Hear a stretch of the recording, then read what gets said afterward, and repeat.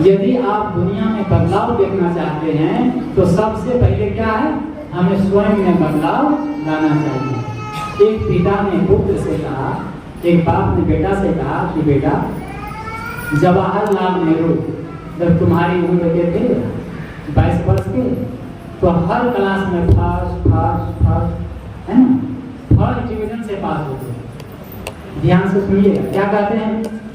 बाप कहता है बेटा से कि बेटा, तुम्हारी उम्र के जब जवाहरलाल नेहरू थे तो हर क्लास में फर्स्ट डिवीजन से पास होते थे, और तुम आज तक किसी क्लास में फर्स्ट नहीं लाया, कैसी पढ़ाई करता है। बेटा ने जवाब से कहा था, पिताजी जब जवाहरलाल नेहरू आपकी उम्र के थे तो भारत के प्रधानमंत्री थे, और आप तो एक गांव के सरपंच भी नहीं हो, एक वार्ड अध्यक्ष भी नहीं। क्या करेंगे, उत्तर सबके पास है कि नहीं। तो जो आप बच्चों को, पहले आप अपने को देखिए कि हम क्या योग है। हम योग है गुस्सा के, क्रोध के, है ना, और हम सोचते हैं बच्चे हमारे बढ़िया हो जाए। ये कैसे होगा। घर में लड़ाई झगड़ा महाभारत क्यों मचता है, उसके मूल इकाई में हम है, अभिभावक है, माता पिता है। जैसे सांचा होगा वैसे ही वस्तु तो ढलेगी। माता पिता सांचा है और बच्चे क्या है, वस्तु है। जैसे माता पिता होंगे वैसे बच्चे अपने आप निकलेंगे, बनेंगे। जिस घर के बच्चे संस्कारी वह घर माँ का आभारी। संतों ने कहा कि जिस घर के बच्चे संस्कारी वह घर माँ का आभारी, बाप का नहीं था। क्यों फिर बात किया भाई। जिस घर के बच्चे संस्कारी वह घर माँ का आभारी, क्योंकि माँ को क्यों कहा गया, माँ ही मूल है।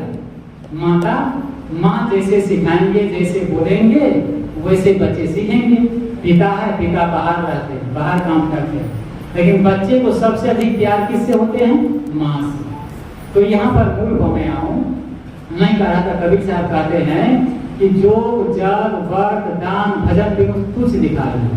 भजन के बिना, नैतिकता के बिना, सदाचार के बिना, ईमानदार के बिना, जो ये पूजा पाठ दान धर्म है, ये सब बेकार। चाहे जितना दान करिए, दान करते रहिए, गुस्सा करते रहिए, गलत काम करते रहिए, पाप करते रहिए, क्या पाप कट जाएगा।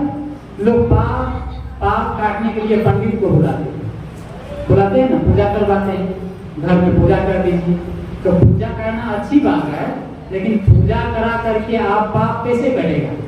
आप रात दिन पाप कर रहे हैं और पूजा कराते जा रहे हैं, पाप कट जाएगा, नहीं कटेगा।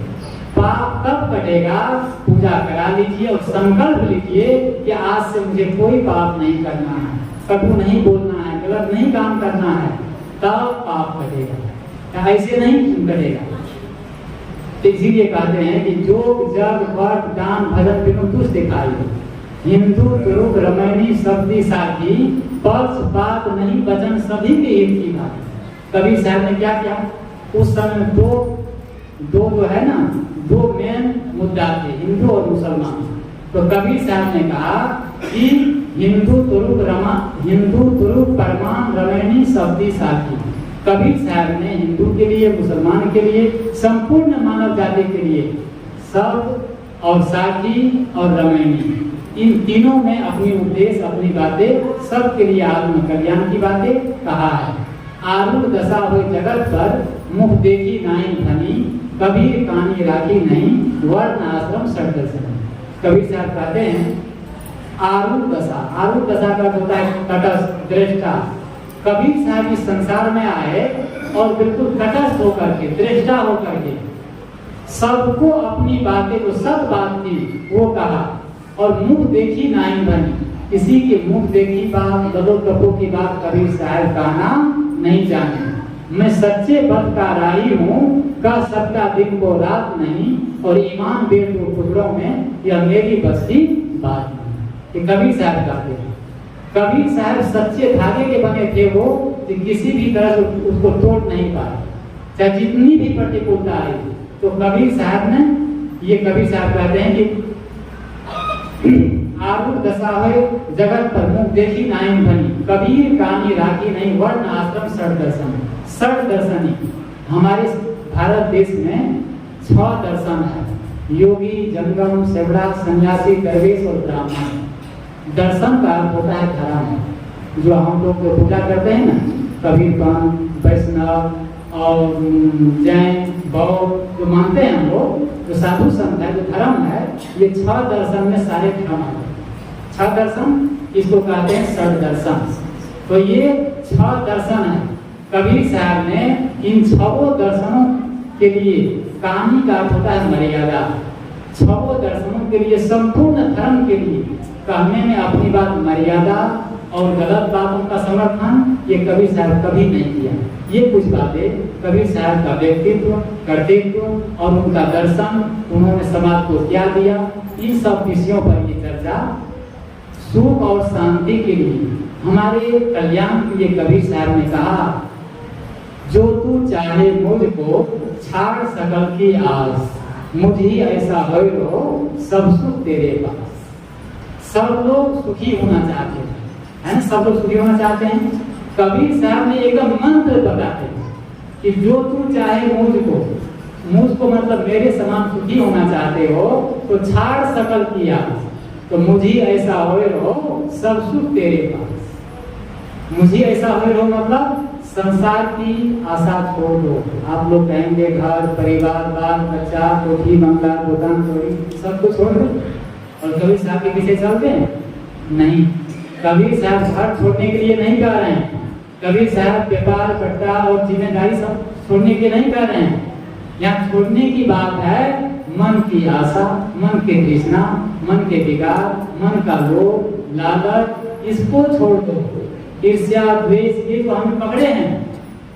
क्या पकड़े हैं? आदमी को ग्रह लगता है, कभी क्रोध पकड़ लेता है, कभी लोभ पकड़ लेता है, कभी गुस्सा पकड़ लेता है, क्या क्या पकड़ता है, तुरंत पकड़ लेता है। तो ये तो पकड़ लेता है, तो कभी साहब कभी इसको छोड़ दो। जब सारे मनोविकार काम क्रोध लोभ मोह राग द्वेष ये सब छूट जाते हैं तो समझिए कि हम महासुखी हो जाते हैं। मन हमारे जीवन में 3 है, मन वचन कर्म। मन के 4 दोष होते हैं, मान छल ईर्ष्या क्रोध। वचन के 3 दोष होते हैं, झूठ निंदा गाली। शरीर के 3 दोष होते हैं, चोरी हिंसा व्यभिचार। ये 10 दोष होते हैं हमारे जीवन से। इन 10 दोषों का त्याग असली हरि भजन है, असली ईश्वर पूजा है। रागा द्वैतम हृदयम वाद दुष्टा निदा देवी हिंसा आदि रहता कायम एतत् ईश्वर पूजना। ऋषि कहते हैं रागा द्वैतम हृदयम, हृदय से राग द्वेष निकल जाए, वाग निरोधा, वाणी से झूठ निंदा का त्याग हो जाए, और अहिंसा रहता काया, काया शरीर से चोरी हिंसा व्यभिचार का त्याग हो जाए। एतत् ईश्वर पूजना, यही सच्ची ईश्वर की पूजा है, असली ईश्वर का ये पूजा है और भक्ति है। क्या कहा? मन वचन और कर्म ये हम पवित्र कर ले तो आपको मंदिर जाने के लिए पूजा करने की कोई जरूरत नहीं है। और पूजा करते हैं अच्छी बात है, लेकिन पहले हमारे जीवन का सुधार, कर्म का सुधार होना चाहिए।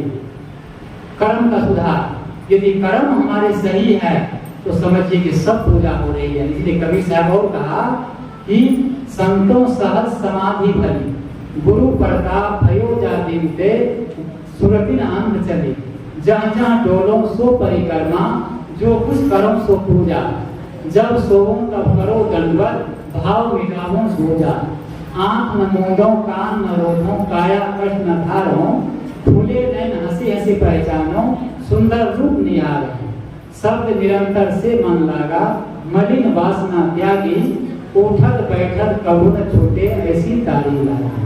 कहें कबीर सहज या रहनी, सो प्रगट करी गाई, सुख दुख से एक बड़े परम पद, सो पद है सुखदायी। ये कबीर साहब का लंबा पद है और पूरा इसमें गागर में सागर भरा हुआ है। संतों सहज समाधि भली, कबीर साहब कहते हैं ये लोगों, ये संतों, आपके जीवन के लिए सुख का मंत्र है सहज समाधि।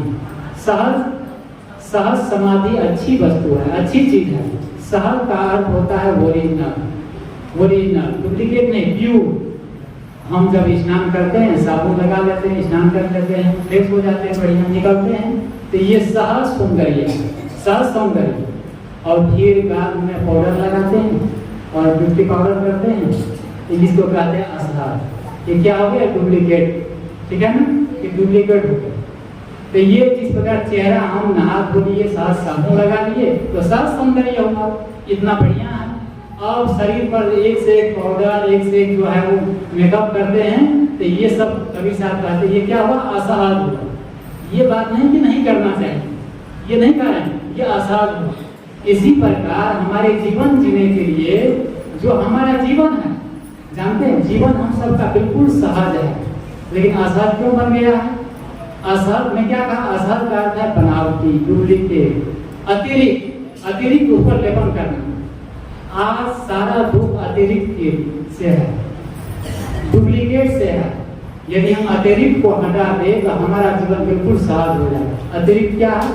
अतिरिक्त मकान, अतिरिक्त जमीन, अतिरिक्त पैसा, अतिरिक्त प्रतिष्ठा, अतिरिक्त धन, ये अतिरिक्त है ना, यही आदमी को दौड़ा रहा है, यही आदमी को दुखी कर रहा है।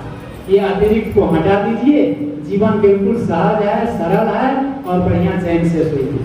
अतिरिक्त और आदमी जो बोलता है, यदि आप सहज बोलिए, सहज ढंग से बोलिए, प्रेम से बोलिए तो जीवन बढ़िया है। लेकिन आदमी बोल बोल करके दुखी होता है ना। ये जो अतिरिक्त है, असहज है, कभी साहब कभी इसको हटा दो, इसका त्याग कर दो। और कभी साहब कहते हैं कि जहाँ जहाँ डोलो सो परिक्रमा, जो कुछ करो सो पूजा, और जब सोओ तब करो दंडवत, भाव निकालो दूजा। मैं जहाँ जहाँ जाता हूँ क्या किए? सहज जीवन जी रहे, मन में कोई कल सपट नहीं है, कोई राग द्वेष नहीं है। और ऐसे पवित्र आत्मा, पुण्य आत्मा जहाँ जहाँ डोलता है वह जमीन तीर्थ बन जाता है और वहाँ मंदिर बन जाता है। और जहाँ जहाँ डोलता हूँ, घूमता हूँ, परिक्रमा करता हूँ और जो भी काम करता हूँ वो पूजा करता हूँ। कभी साहब इसी में कहा कि जो कुछ करो सो पूजा। ये सोचिए, मंदिर में जा करके आप पूजा करते हैं और घर में आकर के गलत करते हैं तो पूजा नहीं हुआ। घर में हमारी दिनचर्या, हमारे कर्म, भोजन बनाना, झाड़ू लगाना, पोछा लगाना और लोगों से बात करना, ये सब इतना पवित्र हो जाए, इतना सुंदर हो जाए, ये पूजा बन जाए। पूजा कब होगा? जब हमारे कर्म अच्छे होंगे। कर्म में बहुत शक्ति है। आप कितने पूजा करते हैं, कितना दान करते हैं, ये बात की बात है। हम कर्म कैसे करते हैं? कहते हैं कि ऊपर वाला सिर्फ कर्म देखता है, इंसानियत दिल में होती है, हैसियत में नहीं। ऊपर वाला सिर्फ कर्म देखता है, बसियत नहीं। किसी मनीषी ने कहा है कि इंसानियत दिल में होती है, हैसियत में नहीं। इंसानियत, भक्ति, धर्म किस में होती है? हमारे दिल में। धर्म का स्रोत दिल में है और हैसियत में नहीं। हैसियत कहते जमीन, मकान, पैसे, इसकी कितनी हैसियत है, कितना बड़ा आदमी है, हैसियत में धर्म नहीं है। ऊपर वाला सिर्फ कर्म देखता है, बसियत नहीं। ऊपर वाला विधाता प्रकृति वो हमारे कर्म देखते हैं, ये नहीं देखते हैं कि आपके कितने करोड़ रुपये बैंक में, कितनी जमीन है और कितने तला की बिल्डिंग है, ये प्रकृति नहीं देखती है। यदि कर्म हमारे गलत है तो वो अरबों रुपये को मिट्टी बना देती है। कर्म प्रकृति विधाता। और जहाँ बिल्डिंग हो तो ऐसा उसकी बुद्धि को भ्रष्ट कर देते हैं कि शराब कबाब पीते पीते जमीन बेच देता है, मकान बेच देता है, रोड पर आ जाता है। विधाता ईश्वर प्रकृति वेद व्यास लिखा है कि भगवान को, ईश्वर को, विधाता को किसी को ऊपर उठाना होता है और किसी को नीचा गिराना होता है तो वो उनके पीछे डंडा लेके नहीं घूमता। क्या करता है? वेद व्यास लिखते हैं कि प्रकृति परमात्मा उसकी बुद्धि को भ्रष्ट कर देता है। जो गलत काम करता है उसकी बुद्धि को भ्रष्ट कर देता है। बुद्धि खराब होते ही आदमी गलत काम में लग जाता है और गलत काम में लगते ही उसका सब धन संपत्ति बर्बाद हो जाता है, वो बदन में चला जाता है। लेकिन किसी को ऊंचा उठाना होता है, उन्नति करना होता है, उत्थान की ओर, तो परमात्मा प्रकृति विधाता पहले उसको क्या करते हैं? सद्बुद्धि देते, सुबुद्धि देते हैं। सुबुद्धि आते ही वो इंसान अच्छा सोचने लगता है, अच्छा करने लगता है, अच्छा बोलने लगता है। और अच्छा करना, अच्छा सोचना, अच्छा बोलते ही उसके बाद अच्छे अच्छे लोग आने लगते हैं, अच्छी चीजें आने लगती है और आदमी चंद घड़ी में ही चांद पर पहुंच जाता है। कर्म। इसीलिए कबीर साहब कहते जो कुछ करो तो पूजा। तो हम सबको भी चाहिए कि जो हम लोग जीवन जीते हैं, जो भक्ति का, धर्म का, परोपकार का, ये सब हम अच्छा से जिए और कभी धर्म करते हुए हम मायूस ना हो, कभी उदास ना हो कि हमारे जीवन में समस्या है, दुख है, विपत्ति है, क्या करेंगे। नहीं, ऐसा कभी नहीं सोचना चाहिए। कबीर साहब, महात्मा बुद्ध, महात्मा ईसा और महावीर, इन सब के जीवन में कितनी कठिनाई आई, कितना कष्ट आए, कितना दुख आए, लेकिन इन्होंने पीछा नहीं हटा, इसीलिए आगे बढ़ा, भगवान बने। हम लोग भी अपने जीवन में आस्था के प्रति, धर्म के प्रति और भक्ति के प्रति तटस्थ रहेंगे और तटस्थ होकर के उसकी ओर चलेंगे, भक्ति की ओर, धर्म की ओर, तो परमात्मा के 1000 कदम हमारे ओर चलेंगे और हम भी चंद सांसों में ही चांद पर पहुंच जाएंगे, उन्नतमान हो जाएंगे।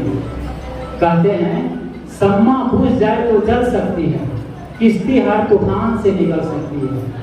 मायूस ना हो, इरादे ना बदल, किस्मत किसी वक्त ही बदल सकती है, किस्मत किसी वक्त ही बदल सकती है। इसलिए विश्वास के साथ सम्मा जलाए रखिए, सुबह जरूर होगी, माहौल बनाए रखिए, माहौल बनाए रखिए। क्या करना है? माहौल, परिवेश, प्लेटफार्म। बहुत लोग धन की खोज में लगे हैं, धन मिल जाएगा तो मैं प्लेटफार्म बढ़िया करूंगा, नौकरी करूंगा, पूजा करूंगा और सत्संग करूंगा, ये सोचते हैं। नहीं, आप एक अच्छा माहौल बनाइए, एक प्लेटफार्म तैयार करिए। जब प्लेटफार्म तैयार करेंगे, अच्छा माहौल बनाएंगे, तो समझिए वो जो चीज आप चाहते हैं वो चीज अपने आप आ जाएगी हमारे साथ। तो हम सबको आज सदगुरु कबीर साहब की 625वीं जयंती है, अर्थात कबीर साहब को आज कितने दिन हो गए?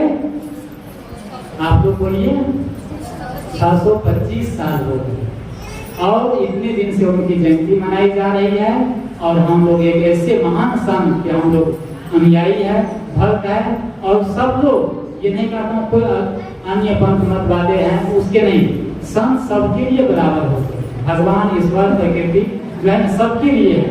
तो हम लोग को अपने जीवन में एक संकल्प लेना चाहिए कि हम लोग कबीर साहब के अनुयायी है और इतने कबीर साहब का व्यक्तित्व महान है। अपने जीवन से किसी को जीत की बलि नहीं होना चाहिए, किसी को तकलीफ नहीं होना चाहिए और कर्म हमारे गलत नहीं होना चाहिए। इतनी चीज जब हम आज संकल्प कर लीजिए, क्या किसी पशु, किसी जीव को हमसे दुख नहीं होना चाहिए और हमसे कोई गलत कर्म नहीं होगा। तो समझिए कबीर जयंती मनाने की ये, और इतनी गर्मी में ये बैठने का समझिए एक पूर्ण आप सबको, हम सबको मिल जाएगा। तो ये सब हम लोग इस बातों पर विचार किए। आप लोग इतनी गर्मी में बहुत दूर दूर से यहाँ सत्संग में आए हैं सुबह से और यहाँ सत्संग से लाभ ले रहे हैं, और इसके लिए बहुत बहुत